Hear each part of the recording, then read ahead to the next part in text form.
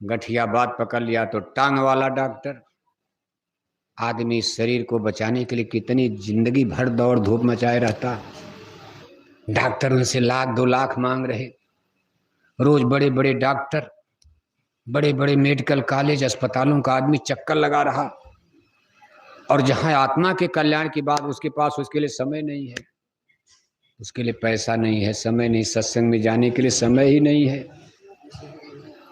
आप इस बात पर विचार करो कि शरीर की रक्षा के लिए सारा जीवन जा रहा, और अपनी आत्मा की रक्षा के लिए आदमी के पास ना तो समय है, ना उसके पास पैसा है।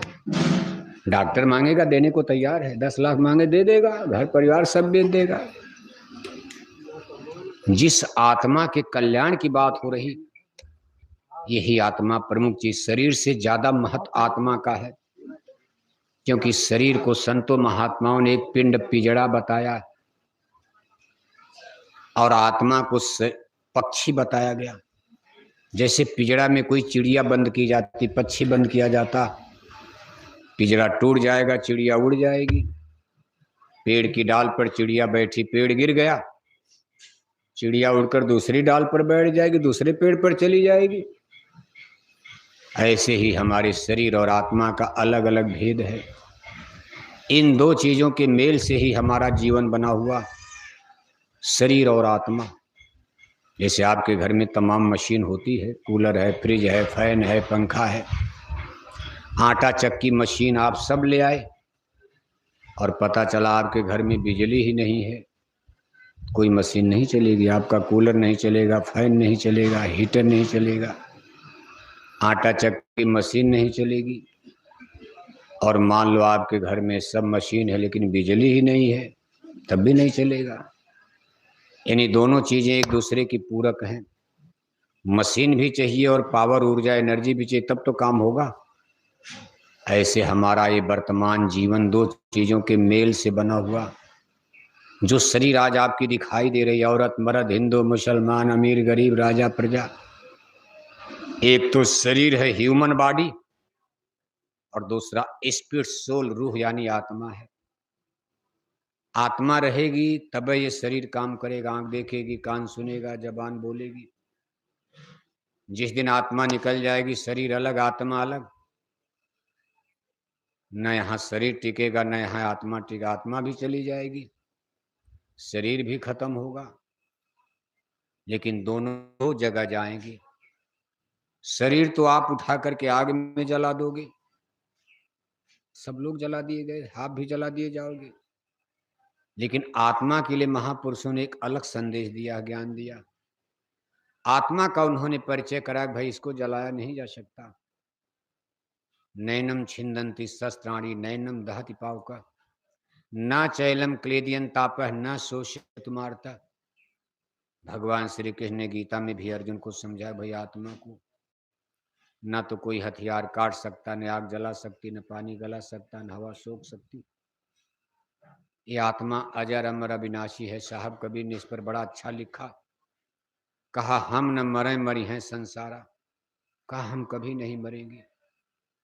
शरीर तो मर जाएगा, धरती माता भी एक दिन मिट जाएगी, ये सारा संसार फना हो जाएगा, विनष्ट हो जाएगा, लेकिन हम कभी नहीं मरते हैं। हम का मतलब शरीर, अगर हम का मतलब शरीर, शरीर तो कल मर जाने वाला है। यहाँ जितने लोग बैठे हो, करीब करीब 10 साल में, सब तो नहीं, लेकिन जितने लोग बैठे हो 10 साल के अंदर 30% तो निपटी जाओगे। आप क्यों आओ साहब, 10 साल में तो आप भी आ जाएंगे लिस्ट में। राम पलट आप 10 के ऊपर नहीं, नहीं किसी बारे में कहा नहीं जाएगा, नहीं तो आदमी घबरा जाए, भाई 10 साल चिल्लाने, 10 साल में मरना है। लेकिन कुल मिलाकर जितने लोग बैठे हो, सन 24 चल रहा, सन 2034 आते आते इसमें से 25-30% तो निपटी जाओगे आप। उस समय आपका शरीर आग के हवाले किया जाएगा। लेकिन आत्मा, आत्मा नहीं मरती। साहब कबीर ने कहा हम न मरे मरी हैं संसारा। यहां हम का मतलब आत्मा से है। महापुरुष कहते भी अगर आपको आत्मा का कल्याण करना है जिसको अपनी आत्मा की रक्षा करनी है, शरीर के साथ साथ जिसको कुछ अपनी आत्मा के लिए भी करना है, उस मनुष्य को कभी धर्म नहीं छोड़ना चाहिए। जिसको आत्मा का कल्याण नहीं करना है, आत्मा के बारे में जिसको नहीं सोचना, वो लोग धर्म को त्याग सकते हैं। फैसला है। मान लो धर्म को छोड़ देंगे, नुकसान क्या होगा? यहाँ तो आराम से रहेंगे, एमपी बनेंगे, एमएलए बनेंगे, राजा बनेंगे, मिनिस्टर बनेंगे, सब कुछ बन जाएंगे। लेकिन मौत के बाद भारी भीड़ पड़ने वाली, भारी मुसीबत कष्ट क्लेश में पड़ेंगे। कहा सतगुरु बिना न कोई बाँचे, नाम बिना 84 नाचे। जो जो भजन भक्ति से चूकी, ताके मुँह यम पल पल थूकी। मौत के बाद जब जीव को पकड़कर ईश्वरीय अदालत में खड़ा किया जाएगा, यमराज की सिपाही आदमी के ऊपर थूकते हैं, जैसे आप किसी गंदे आदमी पर कहते थू थू थू, ऐसे थूकते हैं। कितना सुंदर मानव जन्म पाकर केवल शरीर के भरण पोषण में, खिलाने जिलाने में समय बर्बाद कर दिया। जीवात्मा के कल्याण के लिए मानव जन्म मिला, कुछ नहीं किया इसके लिए। और फिर सजा हो जाती, भीड़ क्या पड़ेगी? 84 में पड़ना, गाय बैल कुत्ता बिल्ला बन जाना पड़ता। आज राजा है, रानी है, लेकिन गाय बना दिया, बैल बना दिया, कुत्ता बिल्ला बनाया, नरकों की आग में जलेंगे। इसलिए महापुरुष गुरु महाराज ने दुनिया को समझाने का प्रयास किया कि ठीक है, आप दुनिया कमाओ, लेकिन अपने परलोक के लिए जहां चलना है, वहां के लिए भी कुछ बंदोबस्त इंतजाम आप कर लो। कभी कभी गुरु महाराज एक दृष्टांत सुनाते थे, बहुत अच्छा, आपको भी अच्छा लगेगा। गुरु महाराज के सत्संग पुराने जमाने में जब होते थे, कभी कभी गुरु महाराज कहते थे, एक राजा का राज, बड़ा सुंदर एक राज था। उस राज का नियम था कि 5 बरस के लिए जनता अपना राजा बनाती थी। जिसको राजा जनता ने चुन लिया, 5 बरस राज कर, इसके बाद उसको गद्दी से उतार कर, वहां का नियम बना था, नदी के उस पार घनघोर जंगल था, राजा को घनघोर जंगल में छोड़ दिया जाता था। और घनघोर जंगल में भयंकर जानवर, शेर, भालू, चीता। अब राजा को अकेले छोड़ा जाता है, नहीं मिलिट्री फौज बॉडीगार्ड लेकर के, ना ना, नियम था कि राजा को वहां अकेले छोड़ा जाएगा। जब राजा वहां अकेले पहुंचता था जंगल में, न कहीं खाने का इंतजाम, न पानी का इंतजाम, ऊपर से जंगली जानवर, राजा को 2-4 दिन में मार करके खा जाते थे, हड्डी पड़ी रहती थी। ऐसे 1, 2, 3, 4, 10, 20 कई राजाओं की हड्डी जंगल में इकट्ठी हो गई। लेकिन कोई राजा ये नहीं सोच पा रहा, भाई राजा लोग गए कहाँ, गद्दी मिल गई। 5 साल के लिए राजा उसी में भूल जाते थे, माया में, हम तो राजा हैं। जैसे आज हमारे एमपी एमएलए 5 साल के लिए भूल जाते हैं, और जब 5 साल के बाद चुनाव हार जाते हैं तो सड़क पर आ जाते हैं, कोई पूछने वाला नहीं।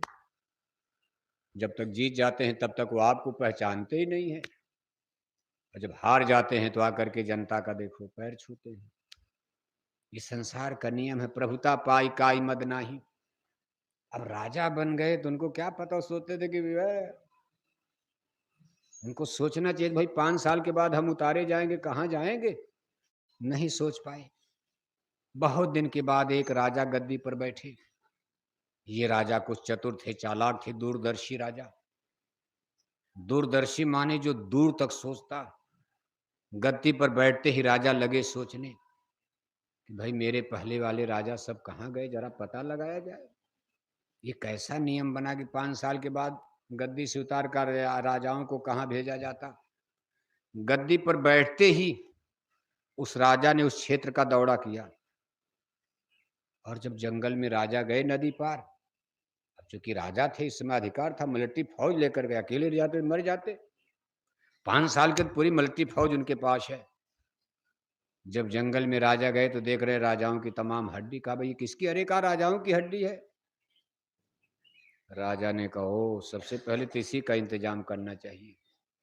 5 साल के लिए हमको अधिकार मिला, हम जो चाहें कर सकते हैं, जनता बोलेगी नहीं। राजा नदी के पार जाकर के आर्डर करते, आदेश करते कि जितना जंगल है सब कटवा दो। मिलिट्री फौज लेकर सारे जंगल कटने लगे। जब सब जंगल राजा ने कटवा दिया तो जितने जंगली जानवर थे, शेर, भालू, चीता, सब छोड़कर वहां से भाग गए। जब जंगल नहीं रहेगा तो शेर भालू कहाँ जाएंगे? बहुत दूर चले गए जंगल में। मैदान बिल्कुल खाली हो गया। फिर राजा ने जल्दी जल्दी एक महल बनवा लिया अपने लिए। कभी हम यहाँ भी आएंगे। महल में नौकर चाकर, सुरक्षा गार्ड सब व्यवस्था कर दिया। इसके बाद राजा अब साल भर में सब काम कर लिया। पहले 5 साल में, साल भर में तो अपना उधर बनवा लिया ठिकाना, और 4 साल इधर आकर गद्दी पर खूब राज किया, मौज मस्ती। 5 साल के बाद जब जनता ने गद्दी से उतारा तो राजा ने कहा, खुशी खुशी हमको भेज दो, कोई चिंता नहीं, हमारी तो महल बन गया, वहां जंगली जानवर है ही नहीं। नौकर चाकर पहले से ही राजा ने कानून बना के फिट कर दिया। और जब इधर से जनता ने गद्दी से उतारा तो राजा जाकर आराम से उसमें रहने लगे। नौकर चाकर सब कानून बना दिया राजा ने, और आराम से अपना जीवन बिता लिया। यह तो देखो एक छोटा सा दृष्टांत है। ये दृष्टांत सुनाते हुए गुरु महाराज कहा करते थे कि जीव जगत में आता है, चंद दिनों की जिंदगी है, आया था अपना परलोक बनाने के लिए। मान लो 10 साल, 20 साल, 50 साल, 70 साल, 80 साल, 100 साल आपको रहना है। लेकिन 100 साल के बाद आप नदी पार किए जाओगे, वहां आपकी कौन मदद करेगा? आपको नदी पार अपना परलोक बनाने के लिए, इंतजाम करने के लिए मानव जन्म मिला था। लेकिन हम लोग माया की मंडी बाजार में ऐसा भूल जाते हैं गफलत में, यही नहीं समझ पाते हैं कि नहीं, हमको भी मरकर फिर नदी पार चलना, वहां हमारी भयंकर दुर्दशा होगी, नरकों की आग में जलना पड़ेगा, गाय बैल कुत्ता बिल्ला बनकर जन्म मरण में टक्करे मारना पड़ेगा। कोई सोच पाता है? क्यों बांके लाल, बांके लाल, बांके लाल। अगर चिंता होती तो सत्संग में नींद आती। सो गए आप, देखो सो रहे हैं। क्या चिंता किसी को? क्यों राम पलट भाई, देखिए बांके लाल सो रहे हैं। अरे कितना सोएंगे, अब तो चलने की, चला चली की बेला आ गई। बताओ, कुछ बनाओ। इसीलिए रामायण में लिखा कि पाय न जेहि परलोक सवारा, पाय न जेहि परलोक सवारा। कहाँ भाग रहे हैं? हलवा के चक्कर में? बैठिए बैठिए। कहा बड़े भाग मानुष तन पावा, सुर दुर्लभ सदग्रंथनि गावा, साधन धाम मोक्ष कई द्वारा, पाय न जेहि परलोक सवारा। महापुरुष कहते हैं कि भाई साधन धाम, धाम माने घर, अपने घर चलने के लिए, अपने घर पर पहुंचने के लिए ये मानव जीवन और जन्म एक साधन के रूप में मिल गया। जैसे आपको कहीं जाना है तो कोई साधन, नजदीक जाना है तो चलो पैदल ही चले जाओ, साइकिल से चले जाओ, दूर जाना है कार, मोटर, हवाई जहाज, तमाम साधन।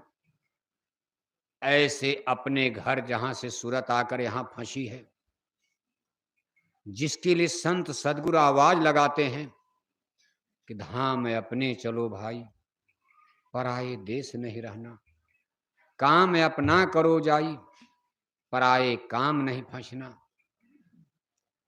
अपने धाम, अपने घर चलो। उस घर चलने के लिए मनुष्य शरीर एक साधन मिल गया, बस एक ही साधन है, अपने घर अमर देश सतलोक जाने का।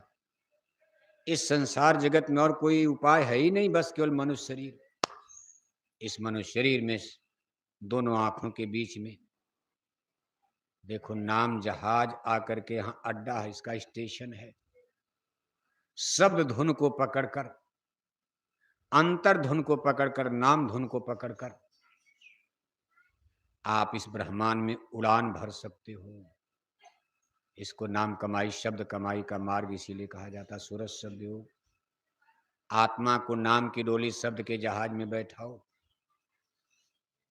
इस नाम की डोली शब्द का जहाज कहाँ लगता है? काशी, अयोध्या, मथुरा में नहीं, हरिद्वार में नहीं, गंगा जमुना पानी पत्थर में नहीं। महापुरुष कहते भाई मेरे रंग महल चलिया, दिखाऊं तो ही अगम गली। मुर्शिद नैनो बीच नबी है, आंखी मध्य पाखी चमके। पाखी मध्य तारा, ताबीचे दूरबीन लगा कर उतरो भौजल पारा। दोनों आंखों के बीच में कहा, दोनों नैनों के बीच में, दोनों आंखों के बीच में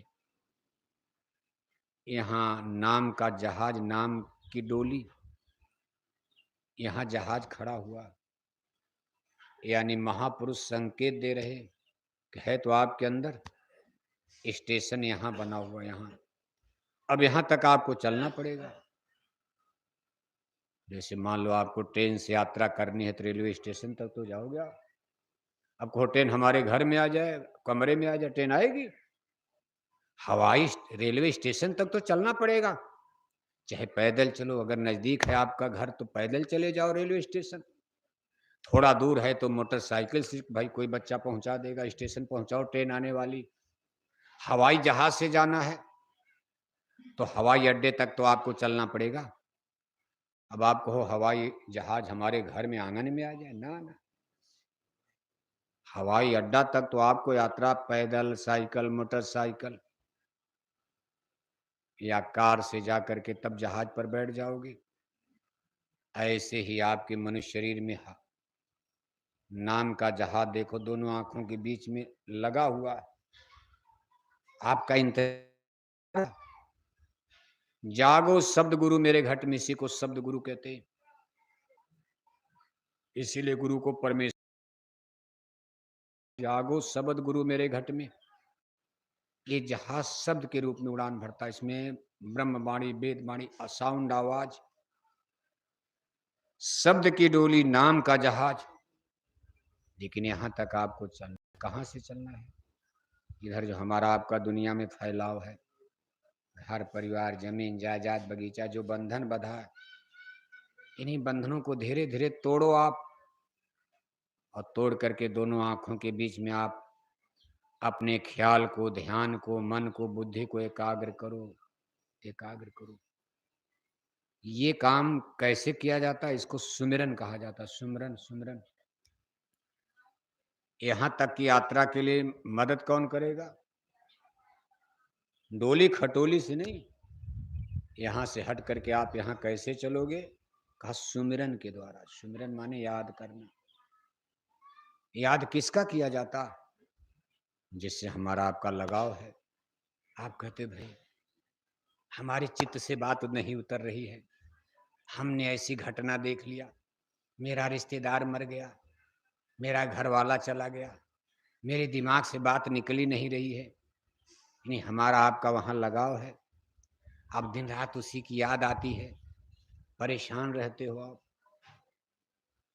रात में सपने में भी वही आ रहा, रोना धोना रहता। कहा इन सारी चीजों को हटाकर जब आपका ध्यान अंदर में जाएगा, अपने प्यारे सदगुरु की याद आने लगेगी पल पल। लेकिन अभी तो सदगुरु की याद कब आती? जब दुख पड़ता है, जब जब चोट पड़े दुखन की, तब तब डर डर भजन की यारी। देखो दया में हर सदगुरु की, उसी भजन को मान लिया री। अभी हमको आपको सदगुरु की याद कब आती? जब हम लोग दुख में पड़ते हैं। दुख में सुमिरन सब करे। गुरु का, सदगुरु का सुमिरन याद कब किया जाता है? कहा जब दुख पड़ता है।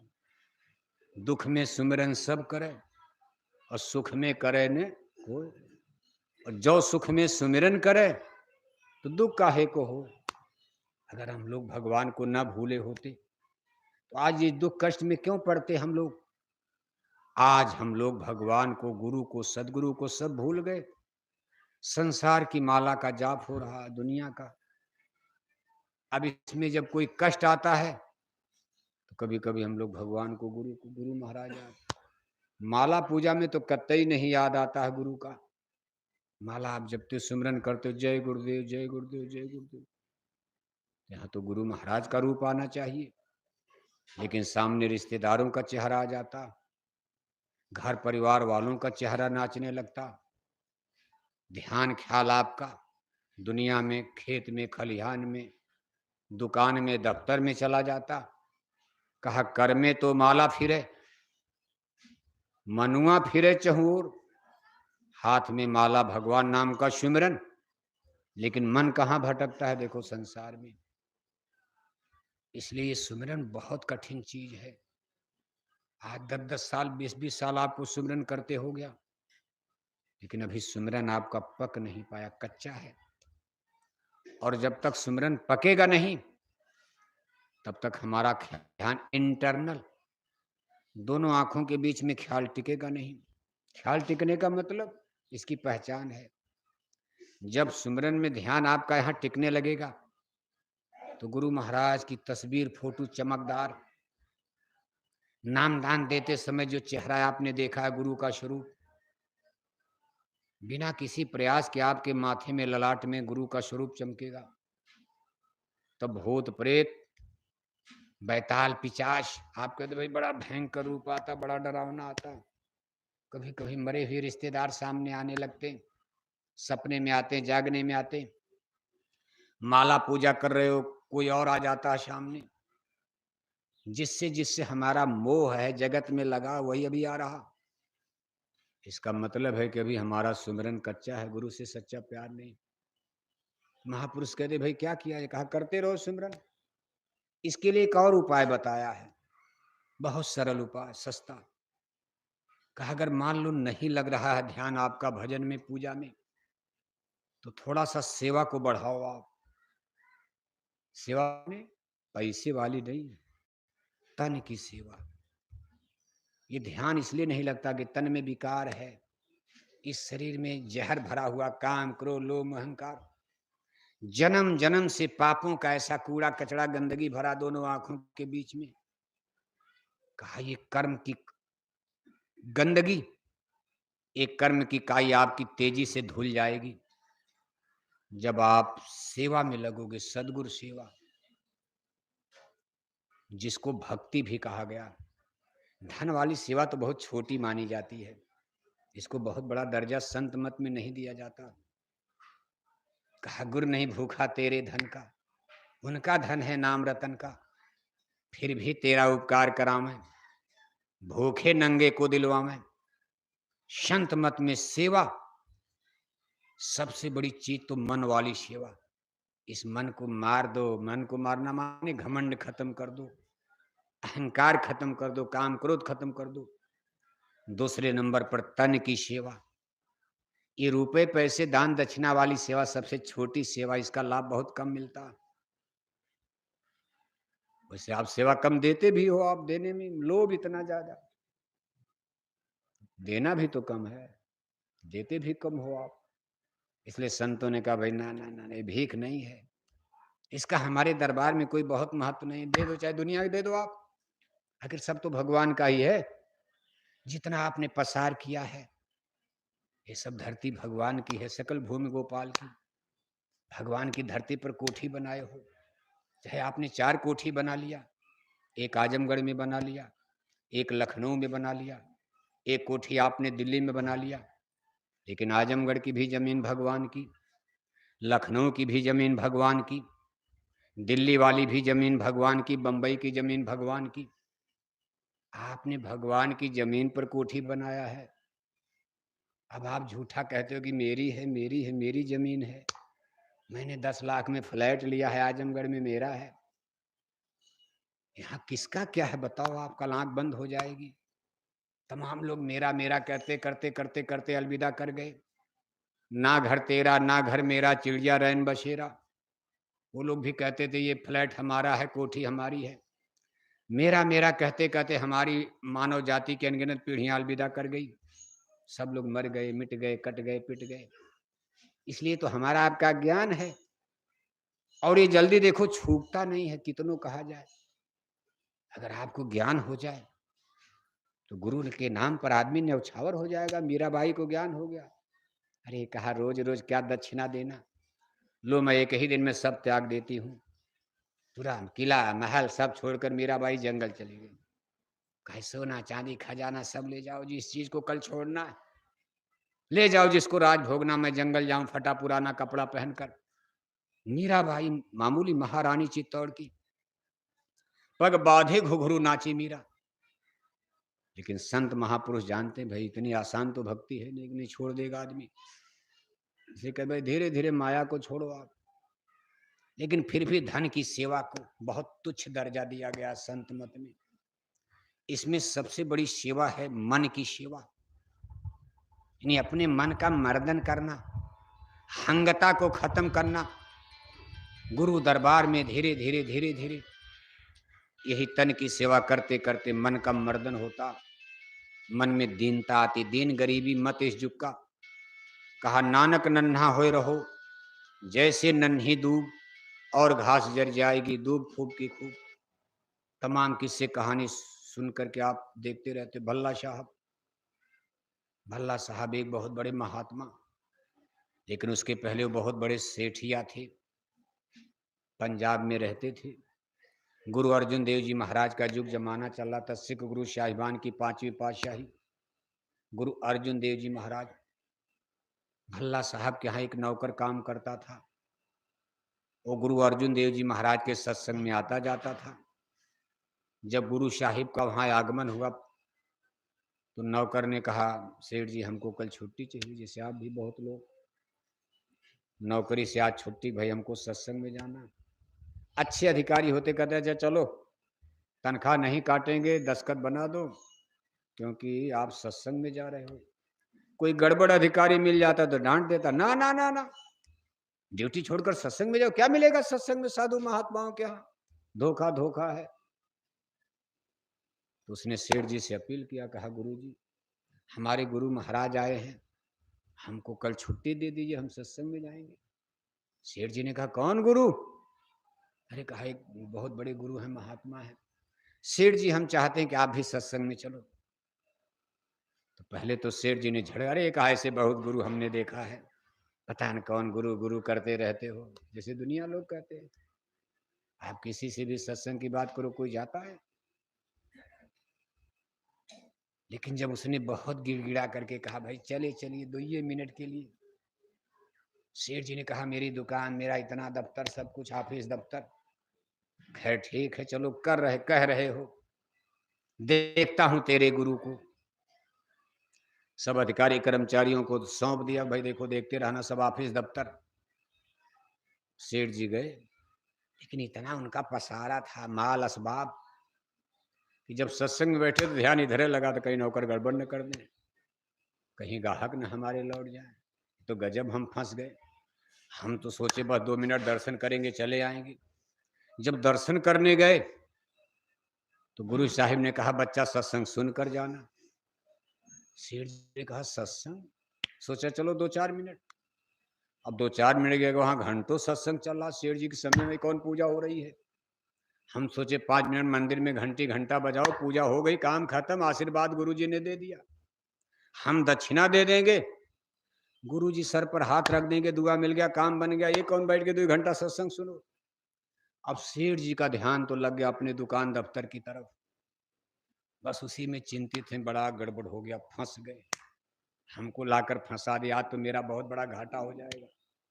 हजारों हजार रुपए का, उस जमाने में 1000 बहुत था, आज के जमाने में करोड़ों में माना जाएगा। उतने बड़े सेठ थे, हजारों का नुकसान होगा। अब ध्यान, अब जाएं, लेकिन बीच में गुरु जी के सामने ही बैठे हैं, उठकर जाएंगे कहाँ। लेकिन एक शब्द पल्ले नहीं पड़ा, ध्यान तो उधर जा रहा है, उसी में इधर से उधर दाएं बाएं करवट बदल रहे हैं।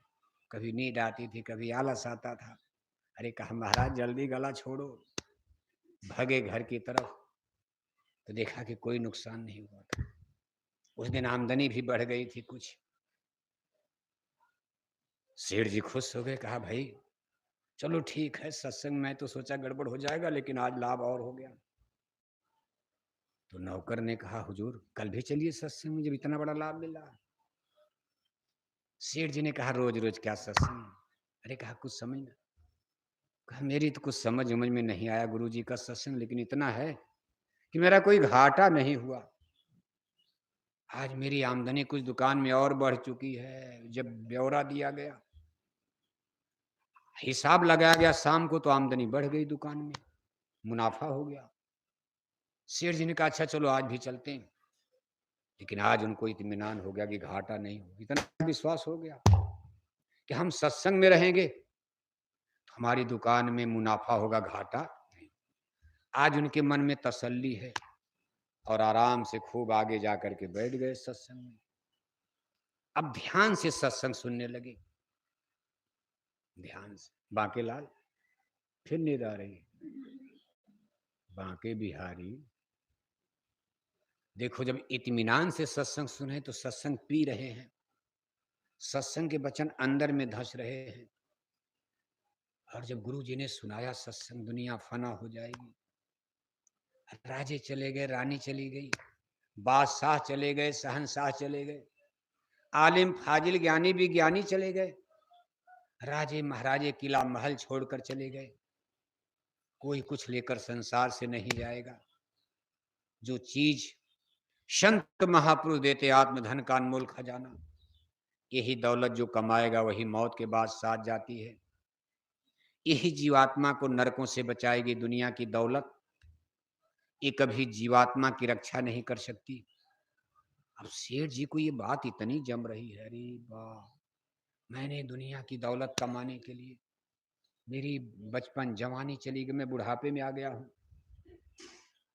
और देखो भल्ला साहब के पास केवल एक बिटिया थी, बेटी, बच्चा भी नहीं था, केवल एक बेटी। भल्ला साहब सोच रहे हैं कि किसके लिए इतनी मेहनत, बहुत हो गया, मेरे पास क्या जरूरत। बस सत्संग में आनंद आया। गुरु जी से कहा, गुरु जी नामदान, भगवान के भजन का रास्ता। गुरु महाराज ने कहा, बच्चा अभी सत्संग सुनो, अभी नामदान नहीं, अभी हम यहाँ हफ्तों रहेंगे आपके शहर में, रोज रोज आओ, पहले सत्संग सुनकर पक्के हो जाओ। अब अगले दिन सेठ जी खुद तैयार हैं, अरे भाई चलो सत्संग में चला जाए।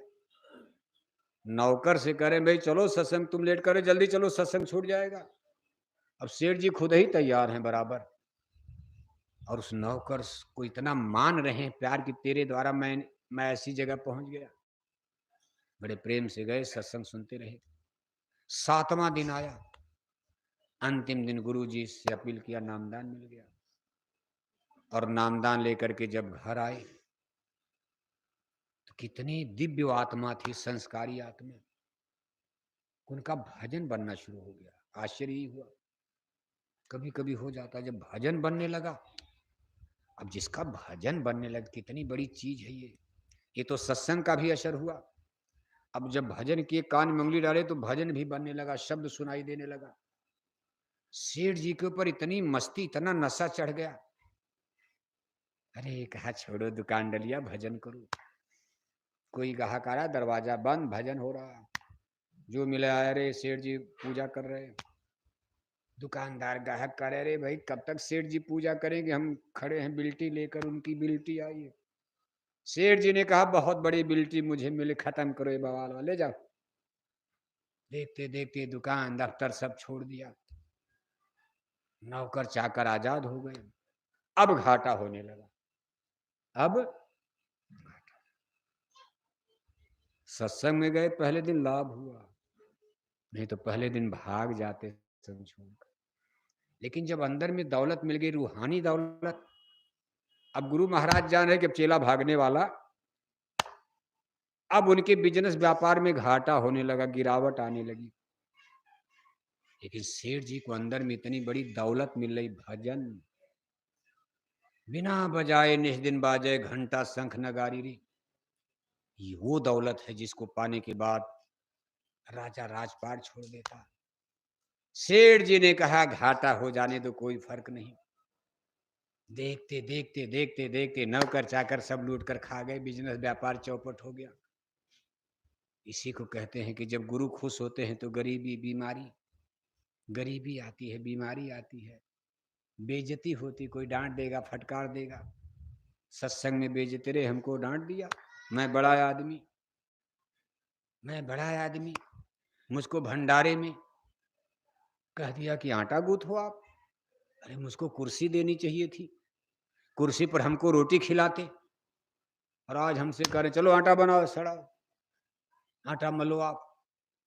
कभी कभी आदमी के अंदर देखो ये चीज बहुत बड़ा पिंच करती कि मेरा अपमान हो गया, कोई निंदा कर दिया, कोई चुगली कर दिया, होता रहता। आप देखते रहते हो सत्संग में रोज कुछ न कुछ रगड़ा झगड़ा तुम तलाम होता रहता। सेठ जी पर कोई असर नहीं, देखते देखते साहब एकदम कंगाल। तब तक गुरु दरबार से सूचना आ गई कि गुरु जी का काफिला निकलने वाला है। काफिला प्रचार यात्रा निकलेगी, जगह जगह भंडारा चलेगा। जनता बेचारी छोटी छोटी जनता है, 10 रुपया 20 रुपया चंदा से काम होगा नहीं। कहा बड़ी मछली है सेठ जी, कहा इतने लाख ले आओ। बड़े आदमी से इकट्ठे ले लिया। अब इतने पक्के भगत गुरु महाराज ने कहा दे दिया, दे दिया। जितना गुरु दरबार से हुक्म आया दे दिया। भंडारा चल रहा आराम से, नाम हो रहा। सेठ जी अकेले भंडारा चला रहे। इधर आमदनी कम और उधर खर्चा बढ़ता जा रहा। ये नहीं कि आमदनी बढ़ रही है, गुरु महाराज सेवा लेते जा रहे, इधर बिजनेस व्यापार टूटता जा रहा है। देखते देखते बेटी की शादी हो गई। शादी तो खैर सेठ थे, अच्छे घर में हो गई। एक ही बेटी थी, अपने घर चली गई। थोड़े दिन के बाद उनकी स्त्री मर जाती है, औरत भी मर गई। अब भल्ला साहब बिल्कुल अकेले जीवन, कोई गम नहीं, सब कुछ खत्म। एक उनका महल बच गया। महल बहुत सुंदर महल था। अरे वो पंजाब के सबसे बहुत बड़े सेठ थे, छोटे मोटे की बात नहीं हो रही, बहुत बड़ा नाम है भल्ला साहब का इतिहास में भक्तों के। महल बचा हुआ है, उसी में किसी तरह गुजर बसर हो रहा। ऐसा नहीं कि अभी उनके पास इतना था, कहते भाई टूटा भी मुआ हाथी तो 9 लाख। अब इतने बड़े आदमी थे कि अपने रोजी रोटी भर के तभी था ही। महल बचा हुआ है, घर मकान।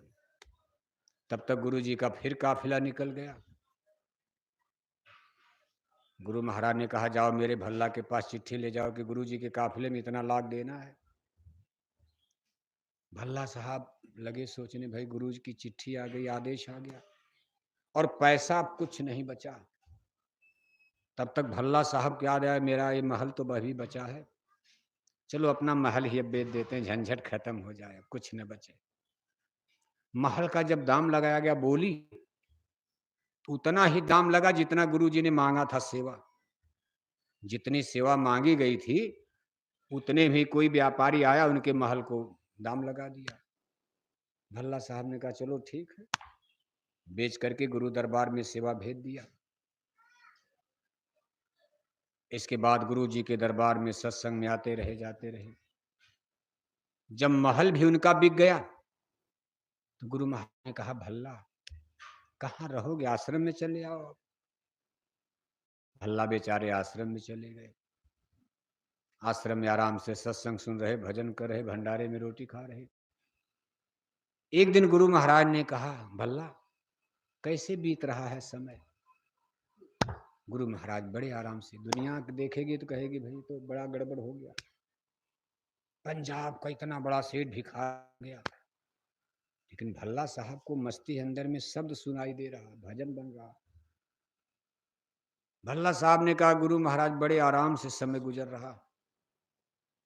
गुरु महाराज ने कहा भल्ला रोटी कहाँ खाते हो। कहा गुरु महाराज आपके भंडारे में।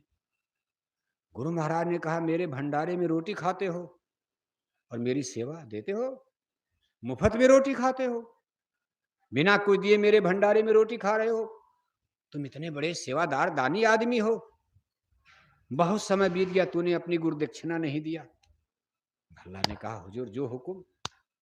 अब गुरु महाराज जा रहे, भल्ला के पास तो अब कुछ बचा ही नहीं है। गुरु महाराज तो अंतर्यामी होते, उन्होंने कहा पैसा नहीं मांग रहे, देखो जब तक था तब तक तो मांगा।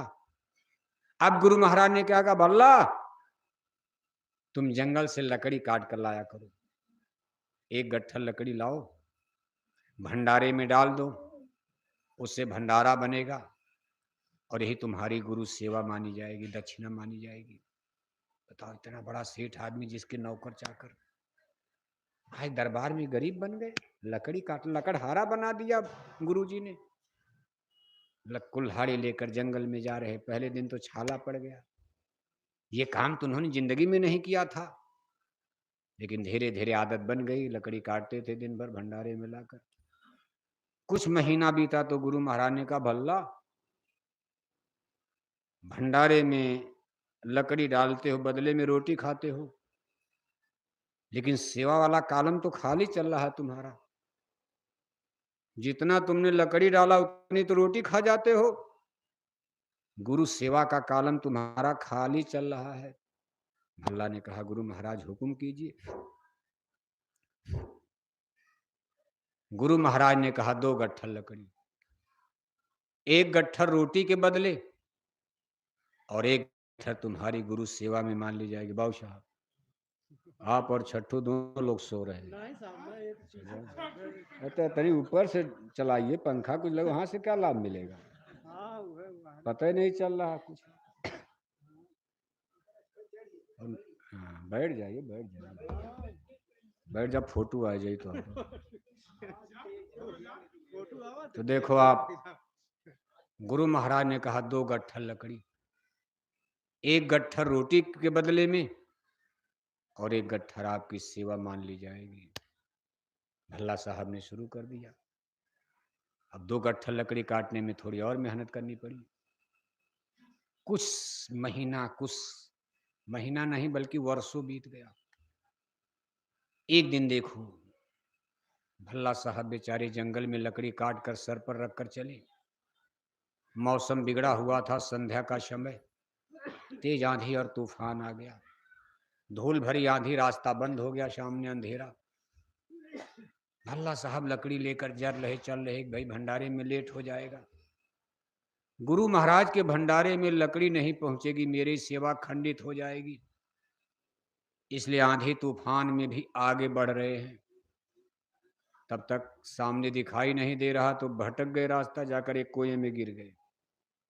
कुएं में पानी कम था, कीचड़ था, पैर उनका फंस गया, उसी में जाके धड़ाम से गिरे कीचड़ में।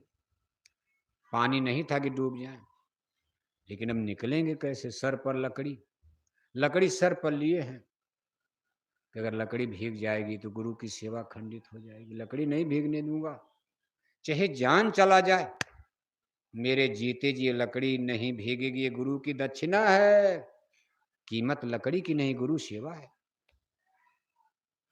इधर रात हो गई, भंडारा में भोजन करने का समय आ गया। लोगों ने कहा, गुरु महाराज भोग लगाया जाए, प्रसादी।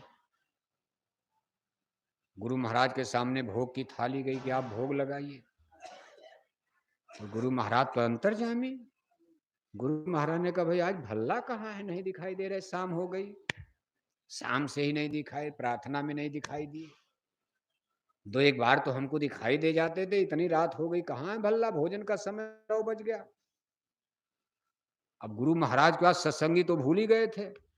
तब सत्संगियों की याद आ रही, यार भल्ला तो जंगल गए, आए ही नहीं आज। तब सत्संगियों ने कहा, गुरु महाराज भल्ला तो जंगल से आज लौटे ही नहीं। अरे गुरु महाराज ने कहा, मेरा भल्ला जंगल में, और मैं भोजन नहीं करूंगा बिना भल्ला के आए।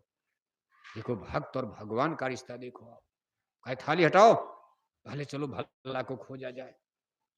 अब सब लीला तो उन्हीं की थी, करें करावें भंजें सोई, उमा राम गत लखे न कोई। चिराग लेकर, दीपक लेकर, लैंप लेकर जंगल में जाते हैं। जिस रास्ते पर भल्ला लकड़ी काटने जाते थे, बहुत दूर नहीं था जंगल, थोड़ी दूर। भल्ला भल्ला, गुरु महाराज का बुलाओ, भल्ला भल्ला, जंगल में जोर जोर से। तो कुएं से आवाज आई, करे भाई मैं तो कुएं में हूं, यहां हूं। गुरु महाराज सबको लेकर पहुंचते, कहा हमको मत बताना गुरु जी आए हैं, तुम लोग देखो भल्ला नीचे कैसे हैं। जब देखा तो सर पर लकड़ी, भल्ला खड़े हैं। गुरु महाराज ने कहा, इनसे कहो कि लकड़ी फेंक दो, बाहर आ जाओ, जल्दी निकाल लिया जाए। सत्संगियों ने कहा, भल्ली लकड़ी नीचे गिरा दो, जल्दी बाहर आ जाओ। भल्ला ने कहा, ना ना ना ना, पहले लकड़ी निकालो, ये मेरे गुरु महाराज की दक्षिणा है, पवित्र सेवा है, मैं बाद में निकलूंगा, पहले लकड़ी निकालो, एक भंडारे की सेवा है, गुरु की सेवा। लकड़ी निकाली गई। इसके बाद भल्ला को निकाला गया। जब भल्ला बाहर आए तो देख रहे हैं कि वहां गुरु महाराज भी खड़े हैं। भल्ला चरणों में गिर गए। गुरु अर्जुन देव जी महाराज ने सीने से लगा लिया, कहा भल्ला तुम धन्य हो, तुम्हारे जैसे भक्त संसार में कभी कभी जन्म लेते। ऐसी भक्ति तूने आज अपनी भक्ति से हमारे दिल को जीत लिया। भल्ला हमसे वरदान मांगो, तुम क्या वरदान चाहते हो? अभी देखो बहुत पुरानी कथा नहीं, त्रेता द्वापर नारद और श्रृंगी पराशर की नहीं है। ये कहानी मुगल बादशाह जहांगीर के जमाने की है। जब दिल्ली में मुगल बादशाह जहांगीर राज करते थे, अकबर के पुत्र जहांगीर, अकबर का राज खत्म हो चुका था, जहांगीर राजा थे। उसी समय गुरु अर्जुन देव जी महाराज पंजाब में रहते थे। इसी बादशाह जहांगीर ने उनको तावे पर जला जला के मार भी डाला था, गुरु साहिब को। उस समय गुरु महाराज के एक शिष्य ने कहा था, गुरु महाराज आप हुक्म कीजिए, मैं आज इस धरती को उलट दूंगा, लाहौर शहर को। गुरु महाराज ने कहा, ना ना ना, ये काम तो मैं भी कर सकता हूं। जिसका चेला शहर को उलाट सकता है, गुरु क्या नहीं कर सकता? लेकिन मालिक का बुलावा आ गया है, ये कुर्बानी देनी है लोगों की जान बचाने के लिए, इसलिए हमको बलिदान देना होगा। इसलिए मुझे मर जाने दो, शहीद हो जाने दो। मेरी मौत के बाद लाखों लोगों की जान बच जाएगी, नहीं तो मुसलमान बहुत लोगों को मारेंगे। आप ये काम मत करना, चमत्कार मत दिखाना। देखो गुरु साहिब ने सीने से लगा, कहा भल्ला वरदान मांगो। भल्ला ने कहा, गुरु महाराज मैं क्या मांगू? आप हमसे खुश हो गए, मेरा काम तो बन गया। भाजन तो पहले से बन रहा था, अब और बनेगा। अब क्या देर लगेगी? जब गुरु प्रसन्न और सब जग रूठ है, तो भी उसका रोब न टूटे। गुरु राजी तो करता राजी, काल कर्म के चले न बाजी। गुरु प्रसन्न हो ही जा ऊपर, वही जीव है सबसे ऊपर। लेकिन इनका खुश होना है भारी, सत्य पुरुष निज कृपाधारी। आज गुरु महाराज खुश हो, कहा बल्ला मांगो। अल्लाह ने कहा, गुरु महाराज अपने लिए अब कुछ नहीं मांगना, मेरा काम तो अब बन गया। मैं आने वाले जीवों के लिए मांगना चाहता हूं, ऐसी भक्ति, ऐसी परीक्षा। अब कलयुग में जीवों की कोई संत गुरु आएंगे, हमको वरदान दीजिए। अब इतनी कठिन परीक्षा आप जीवों की नहीं लेंगे। गुरु महाराज ने कहा, यो मस्तू, अब जीवों की परीक्षा होगी ही नहीं, सबको नामदान दिया जाएगा। इतनी कठिन भक्ति में हम नहीं डालेंगे लोग। जाओ भल्ला, हम वरदान दे रहे हैं। अब जो भी संत धरती पर जन्म लेंगे कलयुग में, अब आगे किसी भी शिष्य की इतनी कठिन परीक्षा नहीं होगी। भल्ला ने कहा, गुरु महाराज आगे और कलयुग आएगा, ये जीव इतने लोभी मोही हो जाएंगे, कमजोर हो जाएंगे। इस तरह आप परीक्षा लोगे, कोई आपकी संगत में आएगा ही नहीं। छट्टू भी भाग जाएंगे, सबकी बात तो छोड़ो, छट्टू भी भाग जाएंगे। हे गुरु महाराज, कोई नहीं टिकेगा। गुरु महाराज ने कहा, जाओ एव मस्तु, हमने परीक्षा को ही खारिज कर दिया, नहीं परीक्षा होगी। मेरे यहाँ कोई भी आएगा, ABCD, महापापी को भी पावन, हम कोशिश करेंगे सबको धोया जाए, पवित्र किया जाए। परीक्षा अब नहीं होगी कलयुग में। प्रेमी भाई बहनों, एक भक्त ने गुरुमुख कोटिन जीव उबारी, एक भक्त ने देखो करोड़ों का काम बना दिया।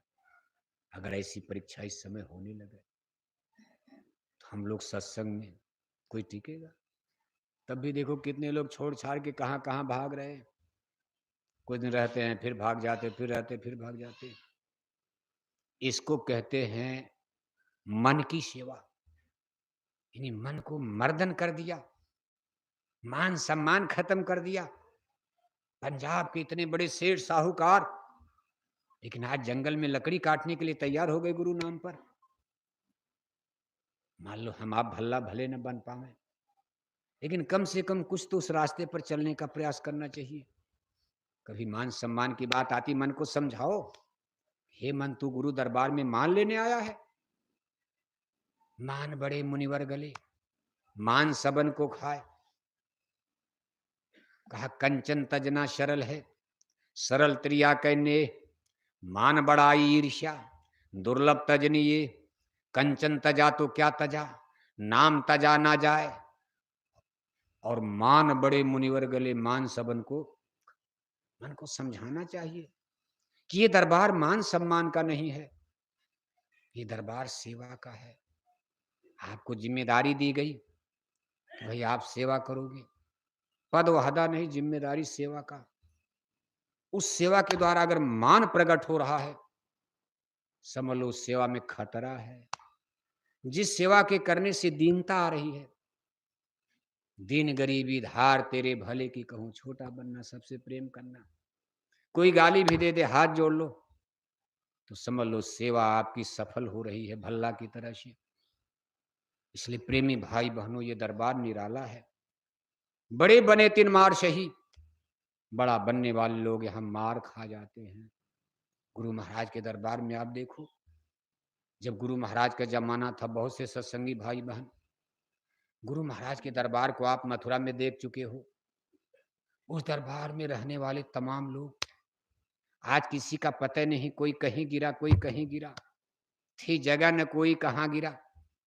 मथुरा बिल्कुल उजाड़ हो गया सब, फिर नया सृजन हो रहा है, फिर नई स्थापना हो रही, पुराने का तो पता नहीं कहाँ चले गए। अपने आजमगढ़ जिले में ही देखो, पुराने पुरानी बड़ी बड़ी हस्तियां ताकते, आज उनकी बुद्धि नहीं काम कर रही।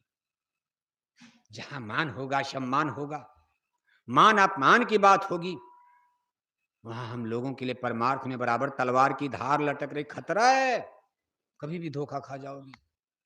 इसलिए सदैव अपने मन को समझाओ, बादशाह सोया कम कीजिए, ये मरने की निशानी होती है। सत्संग में ज्यादा नींद आना माने मौत की निशानी होती है। मरना आप चाहते नहीं, मरना है, मरना भी है, मरना चाहते नहीं, और सत्संग में सोते रहेंगे, कुर्सी मिल जाए तो सो ही जाएंगे। नीचे वाले जाग रहे, और बाबू साहब देखो टनाटन है, खा पी करके, क्या जरूरत। प्रेमी भाई बहनों, गुरु महाराज का आला दरबार, लगे रहो आप, जिस काम को आप करो यही सब सेवा। भल्ला की तरह जंगल नहीं जाना घर परिवार, लेकिन शाकाहारी जाके ये भी तो भक्ति में आ गया। समय समय के परिचय हैं, समय समय की भक्ति का रूप रंग अलग हो जाता। हम लोगों ने बोरा पहना, सोचो आप 14 मई 1983, जिस दिन हम लोगों ने बोरा पहना, हम लोगों की उम्र क्या रही होगी अंदाजा लगाओ, 40 साल पहले। देखो भाई सकलदीप बैठे हैं, कक्षा 10 में थे, बोरा पहन के स्कूल चले गए, डीएवी कॉलेज में निकाल दिया स्कूल से, पढ़ाई छूट गई। त्याग हुआ है। बहुत से लोग तो बोरा उतार भी दिए, डांट पड़ी, स्कूल छूटा, शादी छूट गई, कहा नहीं जाएंगे बोरा में। अरे कहा महाराज पता नहीं शादी होगी कि नहीं, बोरा उतारो, गुरुजी की भक्ति में हाथ जोड़ लो। शादी के चक्कर में कितने बच्चे बोरा उतार दिए, नौकरी में डांटने लगे, ऑफिस में अफसर तो बोरा उतार दिए। एक झटका तो सबने पहन लिया था, नहीं टिक पाए। ये सब भक्ति में है। बोरा पहनना, आज के जमाने में कोई बाप अपने बेटे को बोरा नहीं पहना सकता। एक भीख मांगने वाला भिखारी बोरा नहीं पहनेगा। यही सब भक्ति में है। कोई हिमालय थोड़ा न उठाना। आज शाकाहारी जैकेट पहनने में आपका सीना दर्द करता, नहीं पहन पा रहे हो आप, छोटी बात है। शाकाहारी जैकेट पर कोई बेइज्जती भी नहीं, कोई आपको कुछ कहता है। अब तो शाकाहारी जैकेट वालों की भाई शाकाहारी वाले हैं, फिर भी नहीं पहन पा रहे हो आप, तो फिर क्या भक्ति करोगे आप। सेवा कही जाती है तो 10 रुपया से आगे बढ़ते नहीं हो आप। 10 10 10 और 10 के आगे बिल्कुल बस 10। 500 की साड़ी पहन के आए 10, 1000 की साड़ी पहनने लगे दक्षिणा 10, 2000 की साड़ी पहनने लगे तब भी दक्षिणा, 5000 की साड़ी पहन के सत्संग में आने लायक भगवान ने, गुरु महाराज ने बना दिया, तब भी दक्षिणा।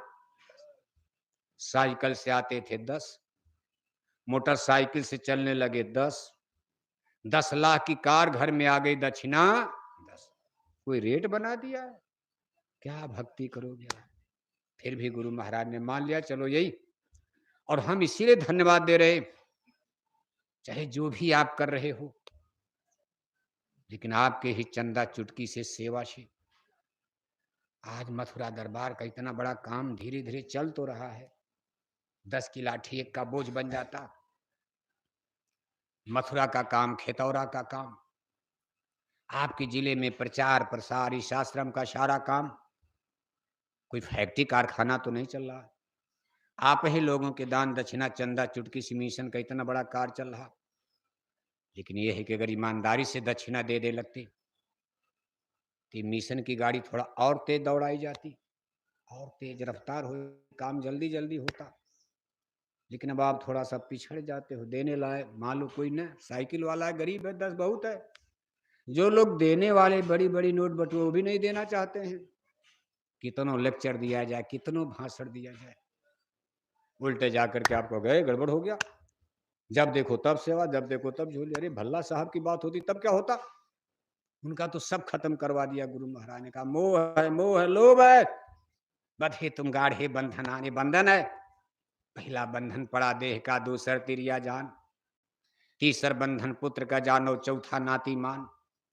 नाती के फिर नाती हुए तो फिर कहिए कौन ठिकान। चौड़र पचरस 17 रसरी बांध लिया तुम बहु बितान। सुख संपदायो हाट हवेली आय बिछाया बहु भी जाल। मरे बिना तुम छोड़त नाही, जीते भर देते नहीं कान। कैसे मुक्ति बने तुम्हारी, अब भरमो 84 खान।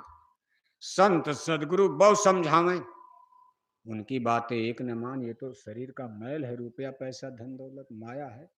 माया महा ठगनी हम जाने। अब इसको जैसे जैसे हम आप छोड़ते जाएंगे, गुरु दरबार में ममता कम होने लगेगी। मंत्र है, ये मंत्र है। और जगह दोगे, खर्च करोगे, माया बढ़ेगी। लेकिन जब गुरु दरबार में आप दान दक्षिणा दोगे तो माया घटती है, पर्दे उतरते हैं, सफाई होती है। दिल का हुजरा साफ कर जाना के आने के लिए, ध्यान गैरों का हटा उसको बिठाने के लिए। एक दिल लाखों तमन्ना, उस पर और है हबिश, फिर ठिकाना है कहाँ उस मालिक को बैठाने, गुरु को बैठाने के लिए। इन सारी चीजों को, विकारों को निकालने का जरिया है। बाकी ये तो गुरु महाराज का काम है। हम लोग नहीं रहेंगे तब भी होगा, तो न जाने कितना लंबा चलता रहेगा। क्योंकि गुरु महाराज कहते थे ये काम नहीं इंसान का, ये काम है, ये आदमी का काम नहीं है शाकाहारी बना देना। आप कितना प्रचार करो, झंडा उड़ाओ, ये आजमगढ़ के लोग शाकाहारी बनेंगे आपके भाषण से, आपके प्रचार से? छोटे छोटे बच्चे घर घर में दारू पीने लगे, आप प्रचार करते रह गए, देखते रह गए, झंडा बैनर पोस्टर उड़ाते रह गए, आपके घर में ही बच्चों ने दारू पीना शुरू कर दिया। क्या समझा पाओगे आप? लेकिन याद रखो, गुरु महाराज कहते थे ये काम नहीं इंसान का, ये काम है आप भगवान का काम कर रहे हो। कितनी आपकी किस्मत है, बड़ भागी अंगद हनुमाना। चाहे आप जो भी हो, गरीब हो, अमीर हो, छोटे हो, बड़े हो, ऊंचे हो, नीचे हो, जिसको भगवान ने अपने काम के लिए चुन लिया, बड़ भागी अंगद हनुमाना, भाग्यशाली हो आप। जे गुरुपद अम्बुद अनुरागी, लोकों वेदों ते बड़ भागी। किस्मतदार हो, भाग्यशाली हो। गुरु महाराज का एक काम है, भगवान का काम, ईश्वरी काम हो रहा। युग परिवर्तन काम क्या है? युग परिवर्तन का काम। कलयुग में कलयुग की जगह सतयुग की स्थापना, यही काम भगवान का होने जा रहा। कलयुग में सतयुग का आगमन हो रहा। सतयुग का मतलब सनातन धर्म, सनातन धर्म का मतलब शाकाहारी धर्म, शाकाहारी धर्म का मतलब जब धरती पर सतयुग आएगा तो पूरे आजमगढ़ जिले में मांस मछली अंडा शराब की दुकान दिखाई नहीं। अंडे खिलाकर शराब पिलाकर कोई माई का लाल आजमगढ़ में राम राज ला पाएगा? भगवान राम के राम राज में अंडा बिकता था, भगवान राम के राम राज में दारू शराब बिकती थी। राम राज को लाना है, बहन बेटियों की इज्जत आबरू बचाना है, समाज से बुराई भगाना है तो मांस मछली अंडा शराब की दुकानों पर बुलडोजर बुलडोजर बुलडोजर चलाना। बुलडोजर जानते हो आप? अब आजमगढ़ के लोग तो बुलडोजर खूब जानते होंगे, लेकिन बुलडोजर का डीजल पेट्रोल इस समय कम हो गया है, कम हो गया, क्योंकि बुलडोजर में डीजल पेट्रोल कम हो गया, क्योंकि आपने वोट कुछ कम कर दिया, जनता ने वोट कुछ कम कर दिया आपकी। इस प्रजातंत्र में जनता के वोट से ही तो पावर मिलती है, कोई राजा नहीं है रानी के पेट से राजा बन जाएगा, आपके वोट से ही राजा बनते हैं। जनता वोट ज्यादा देगी, बुलडोजर का डीजल पेट्रोल बढ़ जाएगा, पावर बढ़ जाएगी। जनता जैसे जैसे वोट कम करेगी, पावर कम होगी, तो बुलडोजर का डीजल पेट्रोल कम हो जाएगा। चल तो रहा है, लेकिन बुलडोजर की रफ्तार कम हो गई है। लेकिन देखो, पहले भी कहा जाता था, आज भी कहा जा रहा है, दिल्ली लखनऊ के हुक्मरानों से जय गुरुदेव मिशन की तरफ से बराबर अपील की जा रही है कि किसी का घर गिराने से कभी रामराज नहीं आएगा। घर एक आदमी का नहीं होता, घर में 10-20 लोग रहते, छोटे छोटे बच्चे से लेकर बूढ़े तक। मान लो गलती एक आदमी किया, आपने 10 लोगों का घोंसला उजाल दिया। इस गर्मी में, टेम्परेचर में, बरसात में छोटे छोटे बच्चे अगर भीग करके पानी में गर्मी में मर जाएंगे,